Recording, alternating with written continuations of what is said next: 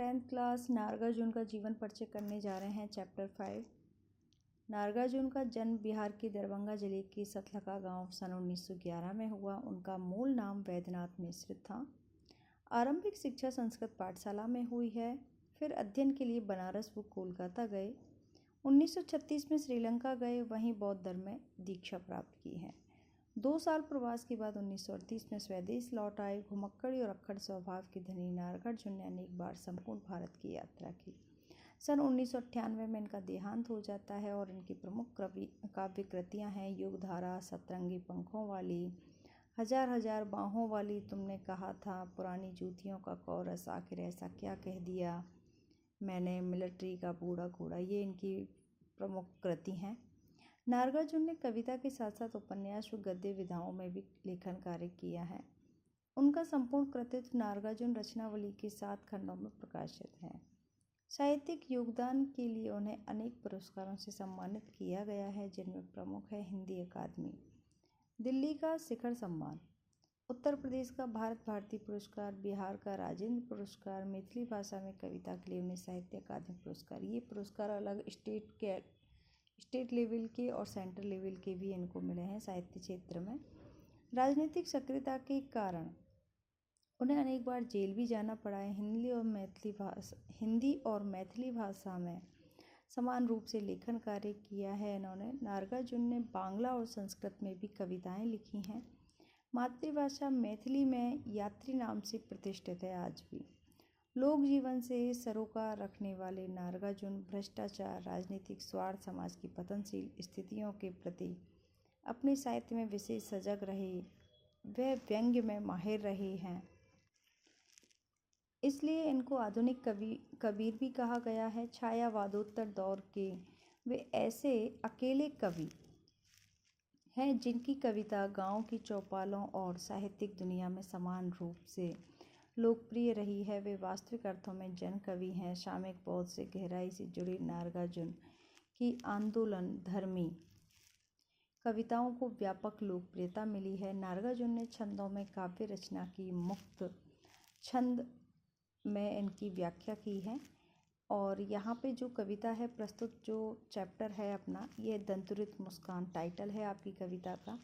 कविता में छोटे बच्चे के मनोहारी मुस्कान को देखकर कवि के मन में जो भाव उमड़ते हैं उन्हें कविता में अनेक बिंबों के माध्यम से प्रकट किया है। कवि का मानना है कि सुंदरता में जीवन का संदेश है। इस सुंदरता की व्याप्ति ऐसी है कि कठोर से कठोर मन भी पिघल जाता है। इस दंतुरित मुस्कान की मोहकता तब और बढ़ जाती है, तब उसके साथ नज़रों का बांकपन जुड़ जाता है। फसल एक दंतुरित मुस्कान है। दूसरा आपकी कविता है इनकी फसल। फसल शब्द सुनते ही खेती में लहलहाती फसल आँखों के सामने आ जाती है, परंतु फसल है क्या, उसे पैदा करने में किन किन तत्वों का योगदान होता है, इसे भी बताया गया है। नागार्जुन ने अपनी कविता फसल में यह भी रेखांकित किया है कि प्रकृति और मनुष्य के सहयोग से सृजन संभव है। बोलचाल की भाषा की गति और लय कविता को प्रभावशाली बनाती है। कहना ना होगा कि ये कविता में उपभोक्ता संस्कृति के दौर में कृषि संस्कृति की ओर निकट ली जाती है। ये अपने कृषि का महत्व बता रही है इसमें, और कृषि के महत्व के लिए कितने लोगों की आवश्यकता होती है, और प्रकृति और पुरुष का एक अटूट संबंध है, उससे संबंध को भी व्यक्त किया गया है। और यहाँ पे वात्सल्य भाव को व्यक्त किया गया है एक दंतुरित मुस्कान के द्वारा। इस प्रकार से ये आपके चैप्टर का परिचय। यहाँ पे हमारी कविता स्टार्ट हो रही है। ये दंतुरित मुस्कान, तुम्हारी ये दंतुरित मुस्कान, किसी छोटे बच्चे की मुस्कान के बारे में बोला जा रहा है। दंतुरित यानी दांत दिख रहे हैं छोटे छोटे और स्माइल कर रहा है कोई बच्चा। तुम्हारी ये दंतुरित मुस्कान मृतक में भी डाल देगी जान। जो मरने वाला है ऐसा व्यक्ति भी क्या ऐसे बच्चे को देखकर छोटे से स्माइल करते, दांत वाले छोटे छोटे दांत हैं, स्माइल करने वाले बच्चे को देखकर ऐसा लगेगा कि वो मरने वाला व्यक्ति भी जीना चाहता है, जीवन जीना चाहता है, मृतक में भी जान डाल देती है। धूल धूसर तुम्हारे ये गात। और जब छोटा बच्चा क्या करता है, मिट्टी में खेलता है तो पूरा उसका मिट्टी का शरीर हो रहा है, गंदा हो रहा है। छोड़कर तालाब मेरी झोंपड़ी में खिल रहे हैं जलजात। ऐसा लग रहा है कि तालाब में कमल खिलते हैं और तालाब को छोड़कर वह कमल मेरी झोंपड़ी में आ गया है और कमल मेरी झोंपड़ी में खिल रहा है। यानी उस बच्चे के बारे में कहा गया है, कमल से तुलना की है। परस पाकर तुम्हारा ही प्राण, स्पर्श पाकर तुम्हारा ही प्राण, ये तुम्हें टच करके, तुम्हें स्पर्श करके पिघल कर जल बन गया, हो गया कठिन पाषाण। जो कठिन पत्थर पे, कठोर पत्थर है, वो भी क्या हो गया है, द्रवित हो गया है, जल की तरह बन गया है। यदि तुम्हें कोई स्पर्श करे, तुम्हें वो कोई देखे, तो आपकी मुस्कान का इतना असर हो गया है। ठीक है। छू गया तुमसे कि झरने लगे शेफाली के फूल, बांस था कि बबूल। तुम्हें स्पर्श करके ऐसे लग रहा है कि शेफालिका के फूल अपने आप झड़ने लग गए हैं। बांस था कि बबूल, ये ही नहीं पता चला कि ये बबूल का पेड़ है या बांस का है या शेफालिका है, क्या है। तुम्हें स्पर्श पाकर बहुत कुछ परिवर्तन हो गया है। तुम मुझे पाए नहीं पहचान, देखते ही रहोगे अनिमेष। और ऐसे बच्चे जो वात्सल्य भाव से बच्चे को देखने का ऐसा मन कर रहा है कि मैं बिना पलक झपकाए उसको कंटिन्यू देखता रहूं। ये लेखक ने कहा है बच्चे के बारे में। थक गए हो, यदि थक गए हो तो आँख लूँ मैं फेर। यदि आप थक गए हो कि मैं आपको देखता जा रहा हूँ लगातार, तो मैं अपनी नज़रें फेर लूँ क्या, पूछ रहा है बच्चे से। क्या हुआ यदि हो सके परिचित ना पहली बार। कोई बात नहीं, हम एक दूसरे को नहीं जानते, हम परिचित नहीं हैं। यदि तुम्हारी माँ का नाम माध्यम बन, हाँ तो देखो क्या हुआ, यदि हम आपके परिचित नहीं हैं, मैं आपका जानकार नहीं हूँ, तो कोई बात नहीं है। यदि तुम्हारी माँ ना माध्यम बनी होती आज, यदि तुम्हारी माँ तुम्हारी गोदी में लेके यहाँ पे ना होती तो माध्यम नहीं बनती, शायद मैं आपको नहीं देख पाता। मैं ना सकता देख, आपको देख नहीं सकता।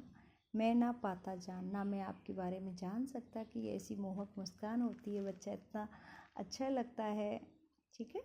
तुम्हारी ये दंतुरित मुस्कान और ये छोटे छोटे दांत वाली मुस्कान बड़ी प्यारी लग रही है। धन्य हो तुम और माँ भी तुम्हारी धन्य हो। चिर प्रवासी में इतर में अन्य, और मैं तो अन्य हूँ और आप चिर प्रवासी, आप तो यहाँ पर रह रहे हो और मैं तो कुछ समय के लिए आया हूँ, अन्य हूँ, यहाँ पर अन्य व्यक्ति हूँ। इस अतिथि से प्रिय तुम्हारा क्या संपर्क। और अतिथि तो एक दो दिन के लिए आते हैं, प्रवासी होते हैं और चले जाते हैं, तो इस अतिथि से तो आपका क्या संबंध है। ठीक है। उंगलियां माँ की कराती रही मधुपर्क, और जो माँ होती है वो अपने बच्चे को मधुपर्क यानी जो पंचामृत बोला जाता है, शहद, घी,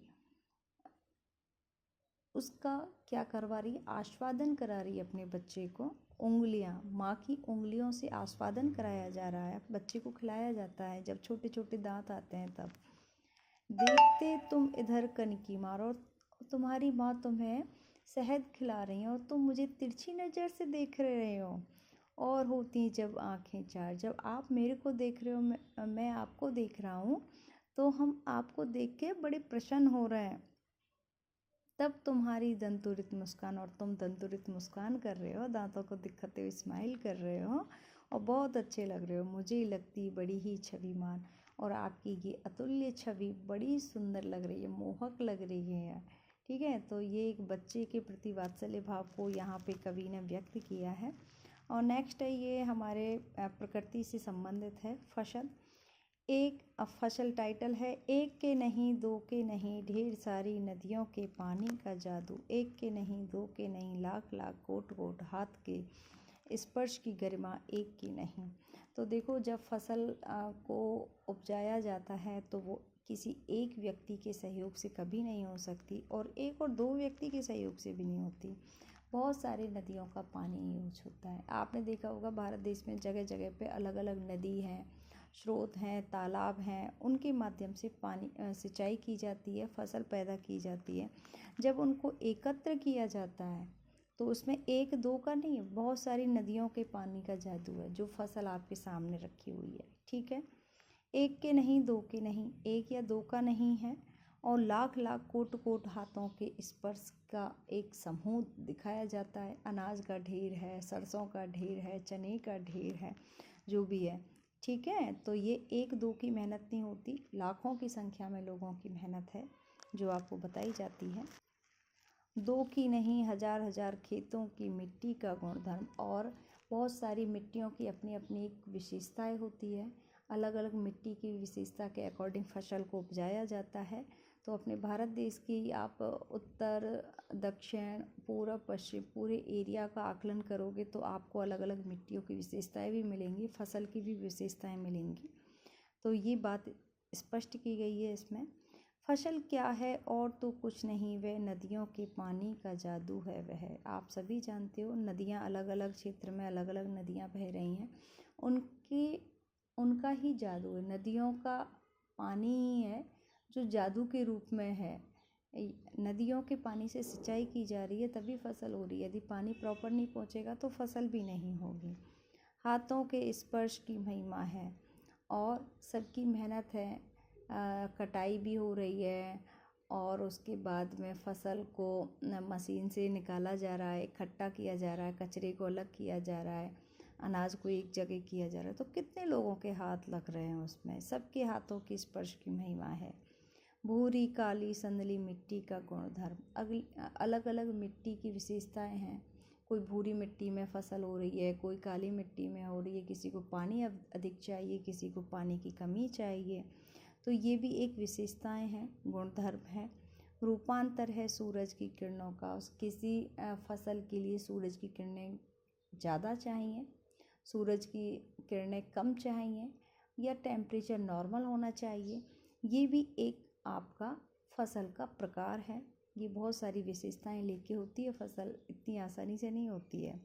सिमटा हुआ संकोच है हवा की थिरकन का, और हवा जो चल रही है उसका एक संक्षिप्त रूप है, संक्षिप्त रूप में आपको एक फसल का बताया गया है। इस प्रकार से ये हमारा चैप्टर फिनिश हो रहा है।